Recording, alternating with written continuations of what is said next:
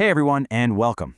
You know, when we talk about India's massive economic growth, our minds usually jump straight to the big guys, right? Mumbai, Delhi, Bangalore. But what if I told you the next big story, the next chapter of India's boom, is actually being written somewhere else entirely? Let's take a look. So, where is this future being built? If you're picturing those same glittering skylines of the usual megacities, well, that's kind of yesterday's news. Today, we're going to go a little off the beaten path. The thing is, there's a whole new wave of development, and it's surging through a completely different set of cities. These are places that are quickly turning into the economic powerhouses of tomorrow. We've basically put together a Scouts report on 10 of these incredibly dynamic urban centers. Yep, 10 cities that have some serious momentum and that you absolutely need to have on your radar. Think of this as your inside guide to the places that are really going to shape the country's next decade of growth. And our journey? It starts down south. So, let's kick things off with the Southern Stars. This is a region just buzzing with new energy and technology and commerce. And our first stop is in Tamil Nadu. Meet Coimbatore. Now, it's always been a huge hub for textiles, but right now it's making a serious pivot into tech.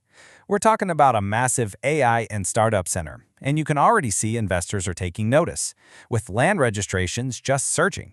The big question, though, can its infrastructure, roads, water, power, actually keep up with this kind of explosive growth?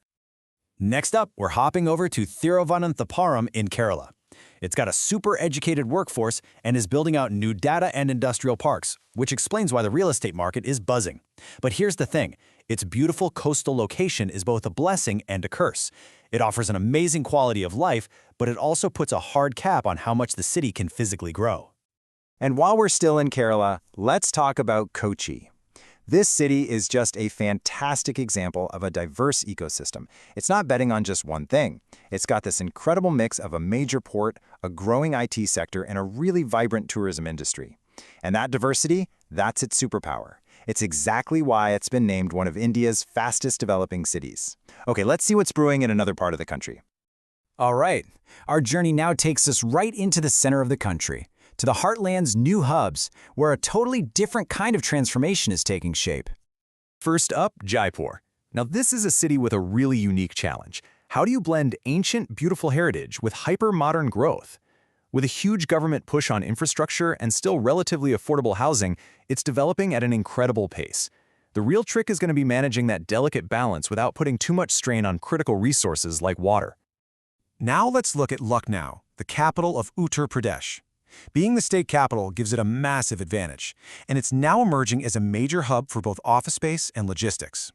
Huge projects, like a brand new metro system, are completely changing the face of the city. The big challenge for Lucknow? It just needs consistent, heavy investment to keep pace with its really fast-growing population. Okay, now for a city with some massive ambition, Nagpur. It's already a logistics powerhouse thanks to its dead center location, but the real story is this idea of New Nagpur, a planned, high-tech city that's a gigantic bet on the future. The catch? These are long-term projects with a ton of risk. It's a classic high-risk, high-reward situation. And then you've got Indore, which is playing a totally different game. It's consistently ranked as one of India's cleanest cities, and that reputation for high livability and affordability has become a magnet for talent. It's just a great example of how quality of life itself can become a powerful economic engine. All right, for our final leg, we're heading out to the emerging frontiers, cities in the east and northeast that really represent the next wave of urban development. Over in Odisha, we find Bhubaneswar. Its story is one of steady, solid growth. It's really powered by this stable mix of education and government jobs. It might not be a mega city, but it's a super reliable and emerging contender for sure. Now, Guwahati in Assam is all about one thing: strategic location. It is the gateway to Northeast India, a region with just vast, untapped potential. Infrastructure investment is definitely on the rise, but it faces a core challenge. As our source material puts it, its connectivity to the rest of India is still comparatively weaker, and overcoming that is the key to unlocking its future. We're going to round out our tour in Surat, an absolute industrial titan in Gujarat. It's already a powerhouse in things like textiles and diamonds, but it's not stopping there. It's one of India's fastest-growing metros, and with these super ambitious plans like the Dream City project, it's aiming to become an even bigger player in global manufacturing and trade. Okay, wow.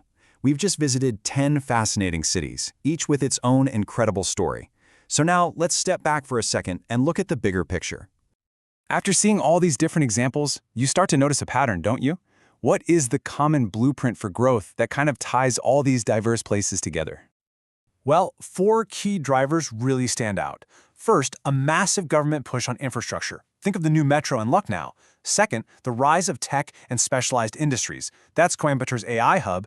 Third, using affordability and livability to pull in talent. That's Indore's secret weapon. And finally, leveraging a strategic location, which is the key advantage for cities like Nagpur and Guwahati.